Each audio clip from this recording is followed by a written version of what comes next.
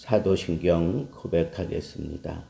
전능하사 천지를 만드신 하나님 아버지를 내가 믿사오며 그 외아들 우리 주 예수 그리스도를 믿사오니 이는 성령으로 잉태하사 동정녀 마리아에게 나시고 본디오 빌라도에게 고난을 받으사 십자가에 못 박혀 죽으시고 장사한 지 사흘 만에 죽은 자 가운데서 다시 살아나시며 하늘에 오르사 전능하신 하나님 우편에 앉아 계시다가 저리로서 산 자와 죽은 자를 심판하러 오시리라. 성령을 믿사오며 거룩한 공회와 성도가 서로 교통하는 것과 죄를 사하여 주시는 것과 몸이 다히 사는 것과 영원히 사는 것을 믿사옵나이다. 아멘. 484장 찬송하겠습니다.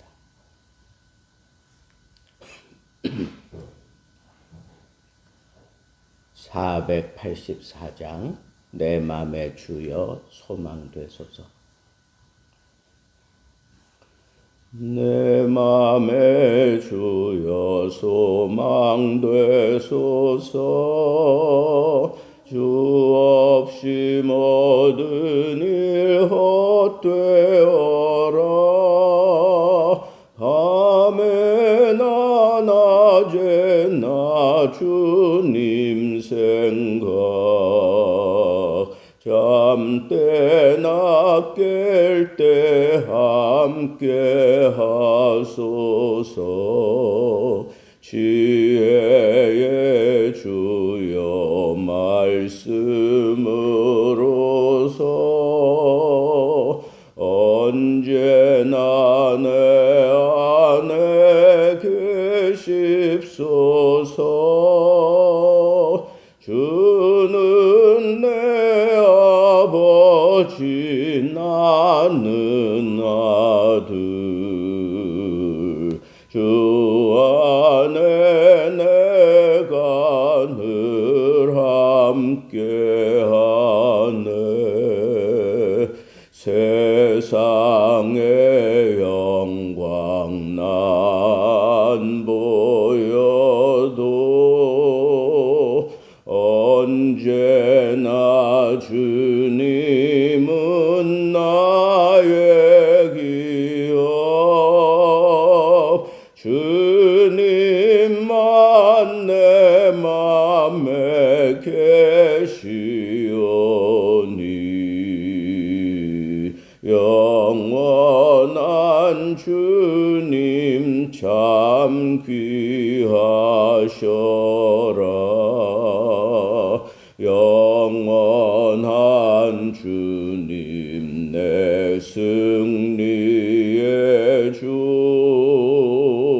하늘의 기쁨을 주옵소서.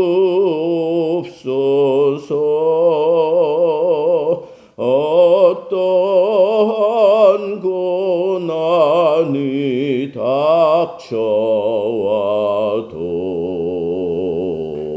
만유의 주여 소망되소서.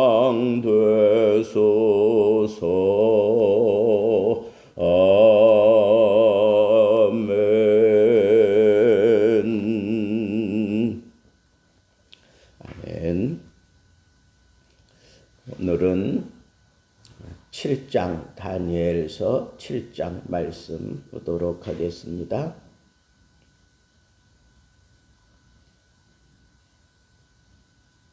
함께 봉독하겠습니다.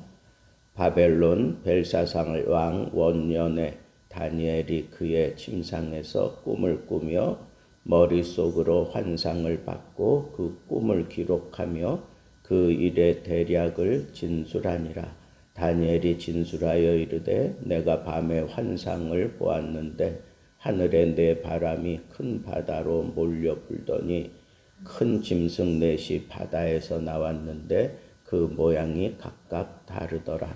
첫째는 사자와 같은데 독수리의 날개가 있더니 내가 보는 중에 그 날개가 뽑혔고 또 땅에서 들려서 사람처럼 두 발로 서게 함을 받았으며 또 사람의 마음을 받았더라. 또 보니 다른 짐승 곧 둘째는 곰과 같은데 그것이 몸 한쪽을 들었고 그 입의 이사이에는 새 갈빗대가 물렸는데 그것에게 말하는 자들이 있어 이르기를 일어나서 많은 고기를 먹으라 하였더라. 그 후에 내가 또 본즉 다른 짐승 곧 호범과 같은 것이 있는데 그 등에는 새의 날개 넷이 있고 그 짐승에게 또 머리 넷이 있으며 권세를 받았더라. 내가 밤 환상 가운데에 그 다음에 본 넷째 짐승은 무섭고 놀라우며 또 매우 강하며 또 쇠로 된 큰 이가 있어서 먹고 부서뜨리고 그 나머지를 발로 밟았으며 이 짐승은 전에 모든 짐승과 다르고 또 10뿔이 있더라. 내가 그 뿔을 유심히 보는 중에 다른 작은 뿔이 그 사이에서 나더니 첫 번째 뿔 중에 셋이 그 앞에서 뿌리까지 뽑혔으며 이 작은 뿔에는 사람의 눈 같은 눈들이 있고 또 입이 있어 큰 말을 하였더라. 내가 보니 왕좌가 놓이고 옛적부터 항상 계신 이가 좌정하셨는데 그의 옷은 희기가 눈 같고 그의 머리털은 깨끗한 양의 털 같고 그의 보좌는 불꽃이요 그의 바퀴는 타오르는 불이며 불이 강처럼 흘러 그의 앞에서 나오며 그를 섬기는 자는 천천히요 그 앞에서 모셔선 자는 만만이며 심판을 베푸는데 책들이 놓였더라. 그때 내가 작은 뿔이 말하는 큰 목소리로 말미암아 주목하여 보는 사이에 짐승이 죽임을 당하고 그의 시체가 상한 바 되어 타오르는 불에 던져졌으며 그 남은 짐승들은 그의 권세를 빼앗겼으나 그 생명은 보존되어 정한 시기가 이르기를 기다리게 되었더라. 내가 또 밤 한상 중에 보니 인자 같은 이가 하늘 구름을 타고 와서 옛적부터 항상 계신 이에게 나아가 그 앞으로 인도되매 그에게 권세와 영광과 나라를 주고 모든 백성과 나라들과 다른 언어를 말하는 모든 자들이 그를 섬기게 하였으니 그의 권세는 소멸되지 아니하는 영원한 권세요 그의 나라는 멸망하지 아니할 것이니라. 나 다니엘이 중심에 근심하며 내 머릿속의 환상이 나를 번민하게 한지라. 내가 그 곁에 모셔선 자들 중에 하나에게 나아가서 이 모든 일의 진상을 물으매 그가 내게 말하여 그 일의 해석을 알려주며 이르되 이 그 내 큰 짐승은 세상에 일어날 내 왕이라. 지극히 높으신 이의 성도들이 나라를 얻으리니 그 누림이 영원하고 영원하고 영원하리라. 이에 내가 넷째 짐승에 관하여 확실히 알고자 하였으니 곧 그것은 모든 짐승과 달라서 심히 무섭더라. 그 이는 쇠요 그 발톱은 노시니 먹고 부서뜨리고 나머지는 발로 밟았으며 또 그것의 머리에는 10뿔이 있고 그 외에 또 다른 뿔이 나오매 새 뿔이 그 앞에서 빠졌으며 그 뿔에는 눈도 있고 큰 말을 하는 입도 있고 그 모양이 그의 동류보다 커 보이더라. 내가 본즉 이 뿔이 성도들과 더불어 싸워 그들에게 이겼더니 옛적부터 항상 계신 이가 와서 지극히 높으신 이의 성도들을 위하여 원한을 풀어주셨고 때가 이름에 성도들이 나라를 얻었더라. 모신 자가 이처럼 이르되 넷째 짐승은 곧 땅의 넷째 나라인데 이는 다른 나라들과는 달라서 온 천하를 삼키고 밟아 부서뜨릴 것이며 그 10뿔은 그 나라에서 일어날 10왕이요 그 후에 또 하나가 일어나리니 그는 먼저 있던 자들과 다르고 또 새 왕을 복종시킬 것이며 그가 장차 지극히 높으신 이를 말로 대적하며 또 지극히 높으신 이의 성도를 괴롭게 할 것이며 그가 또 때와 법을 고치고자 할 것이며 성도들은 그의 손에 붙임 바 되어 한 때와 두 때와 반 때를 지내리라. 그러나 심판이 시작되면 그는 권세를 빼앗기고 완전히 멸망할 것이요 나라와 권세와 온 천하 나라들의 위세가 지극히 높으시니에 거룩한 백성에게 붙임바 되리니 그의 나라는 영원한 나라이라. 모든 권세 있는 자들이 다 그를 섬기며 복종하리라. 그 말이 이에 그친지라. 나 다니엘은 중심에 번민하였으며 내 얼굴빛이 변하였으나 내가 이 일을 마음에 간직하였느니라. 아멘.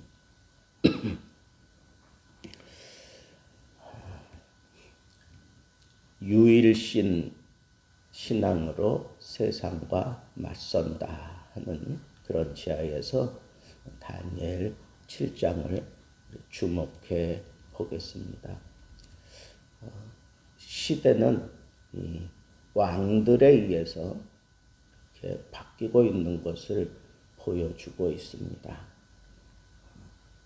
사자, 그리고 독수리, 곰, 표범, 아니면 용, 이런 식으로 이렇게 그 짐승은 변할지라도 그 가운데는 항상 왕이 있습니다.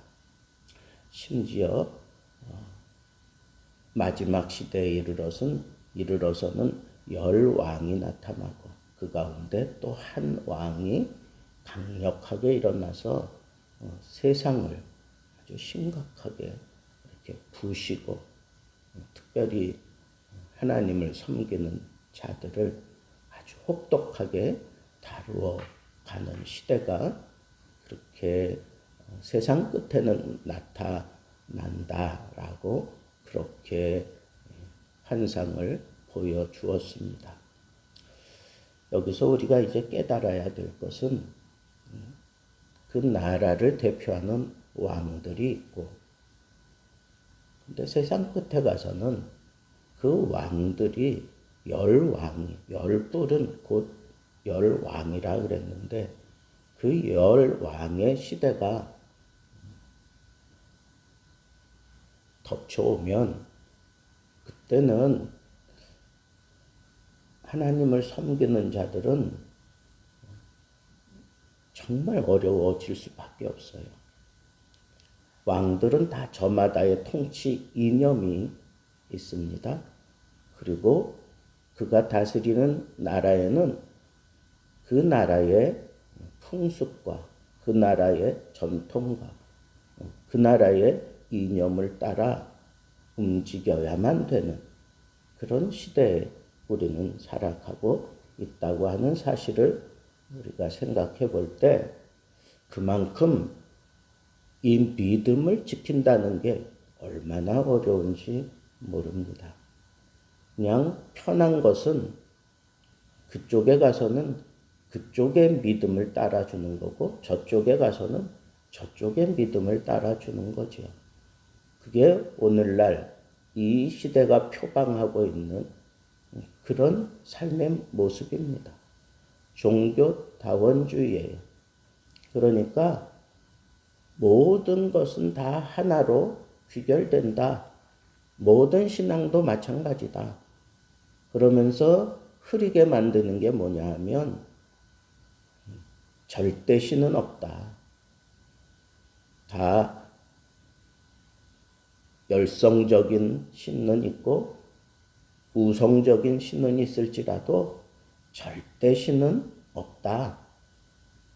그러지 않으면 다른 믿음을 가진 사람을 아주 무시하는 거고, 그리고 심각한 그런 상황 속에 이렇게 내몰릴 수밖에 없고, 마치 학교 생활하면서 왕따 당하는 것처럼 그렇게 세상이 몰아갈 수밖에 없는 그런 시대가 도래했다고 우리는 생각해야 합니다. 동서남북 어디에 우리의 자리를 펼지라도 그들을 우리가 비켜갈 수도 없습니다. 저마다의 통치 이념이 달라서 우리는 그들과 적당하게 타협하며 살아가는 것이 좋아 보입니다. 그리고 세상은 다신론적인 그런 신앙을 양산해 냈기 때문에 그 다신론적인 그런 사상을 우리가 받아주지 않으면 그들과 소통도 되지 않을 것처럼 그런 심각한 때를 우리가 살아가고 있습니다. 결국은 집중적으로 공격받을 수 없는 것은 유일신 신앙이에요.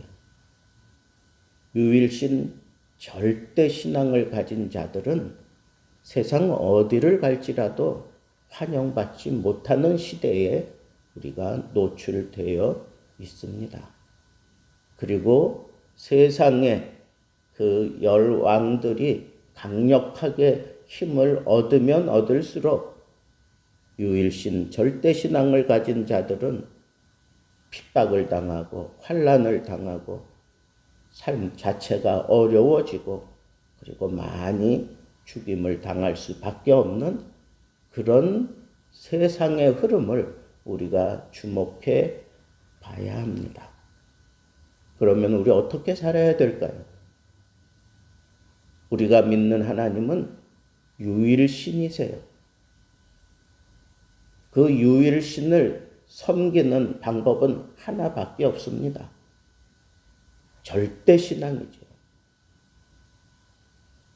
다른 이론을 그리고 다른 신을 다른 풍습을 받아들일 수가 없습니다. 그런데 더 기가 막히는 것은 유일신 신앙을 가진 사람들은 세상을 향하여 나가서 그 유일신 신앙을 선포하고 가르치고 그들의 삶을 송두리째 바꿔 놓으라고 그런 명령을 받고 살아가는 이 현실이 우리에게 얼마나 벅차고 또 얼마나 어려운 일인지 알 수가 없습니다. 우리가 세상 사람들을 전도한다는 거 얼마나 어려운지 예전에 제 어릴 적에는 전도대를 구성해서 먼 동네까지 한 바퀴 북을 치고 장구 치고 소리 지르면서 돌아다녀도 누가 뭐라 그러는 사람 없었어요. 또 신기한 것은 그렇게 돌아오면 많은 사람들이 그 뒤를 따라서 그 교회를 향하여 들어가던 그런 시대였습니다. 그 시대가 전쟁 이후에 황폐해된 그런 문화를 우리가 다 공유하고 있는 때였기 때문에 그럴 수도 있습니다. 그런데 지금은 우리 대한민국은 세계 경제 대국의 하나로 지금 급부상했습니다. 세계의 문화를 선도해가는 그런 문화 강국이 되었습니다. K-드라마가 세계 청년들에게 곳곳에 파고들고 있습니다. 이런 나라에서 복음을 전한다, 유일신 사상을 증거한다, 어렵습니다. 우리 한국은 참 독특한 나라예요. 유교도 풍성하고 불교도 풍성하고 기독교도 풍성한데 종교 전쟁이 없는 나라입니다. 이건 세계사적으로 참 독특하고 희한한 나라다. 그런데 이것도 어떻게 보면 우리나라만의 고유한 그런 신앙 흐름이 자리 잡고 있다고 해도 과언이 아닙니다. 하나님을 믿고 섬기는데 불교인들처럼 혹은 유교인들처럼 그런 자세로 섬기게 되는 또 그런 사상에 박혀서 기독교를 오해하는 때도 참 많습니다. 그래서 정말 유일신 신앙, 절대 신앙 지킨다는 것이 정말 힘들고 어려움에도 불구하고 하나님은 이 나라에 복을 주셔서 기독교 역사상 이렇게 짧은 시간에 이 엄청난 부흥을 가지고 온 나라는 없습니다. 왜 하나님께서 우리 한국에 이와 같은 폭발적인 기독교 부흥을 일으켰을까?